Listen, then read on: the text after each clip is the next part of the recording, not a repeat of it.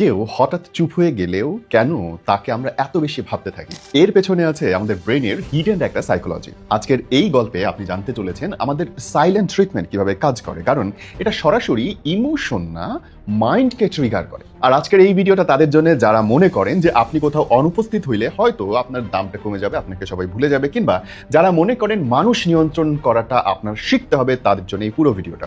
বিশেষ করে লাস্ট পয়েন্টটা আপনাকে সত্যি সত্যি অন্যরকম মানুষ করে দেবে। চলুন শুরু করি। প্রথমত, হিউম্যান ব্রেইন সব সময় ক্লোজার চায়। যখন কারোর সাথে নিয়মিত কথা হচ্ছিল, হঠাৎ সে চুপ হয়ে গেল, তখন আপনার ব্রেইন এটা অ্যাকসেপ্ট করতে পারে না। সে বারবার প্রশ্ন করে, কেন কথা বলছে না, আমি কি কিছু ভুল করেছি?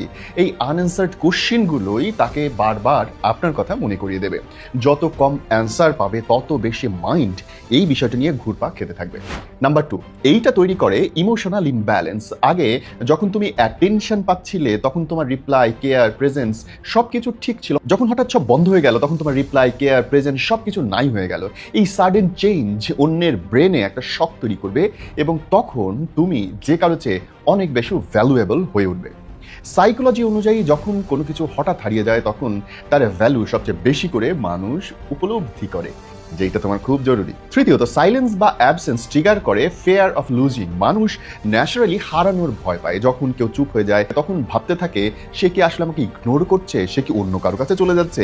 এই ফেয়ারটাই অ্যাটাচমেন্ট বাড়িয়ে তোলে, আর এই কারণে তুমি আমি আরো বেশি ইমোশনালি ইনভেস্টেড হয়ে পড়ি ওই মানুষটার সঙ্গে। সুতরাং সাইলেন্ট ট্রিটমেন্ট অনেক বেশি জোস। বলবে এবার নাম্বার 4, সাইলেন্স ইমাজিনেশন বাড়িয়ে দেয়। যখন কেউ কিছু বলে না, কোনো খোঁজ পাওয়া যায় না, তখন অন্য মানুষ নিজেই এক ধরনের স্টোরি বানাতে শুরু করে। সে হয়তো এটা করছে, সে হয়তো ওইখানে গেছে, সে হয়তো এইভাবে করে কারোর সাথে মিশছে, সে হয়তো এটা করছে, বুঝতে পারছেন তো?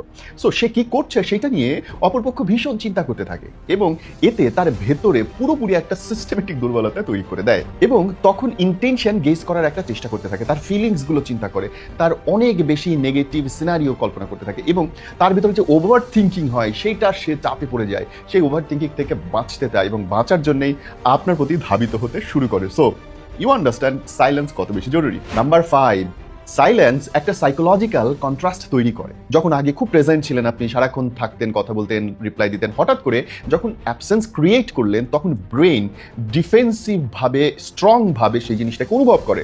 তার মনে হয় আগে এটা ছিল, এখন এটা নাই, কেন, কি এমন হয়ে গেছে?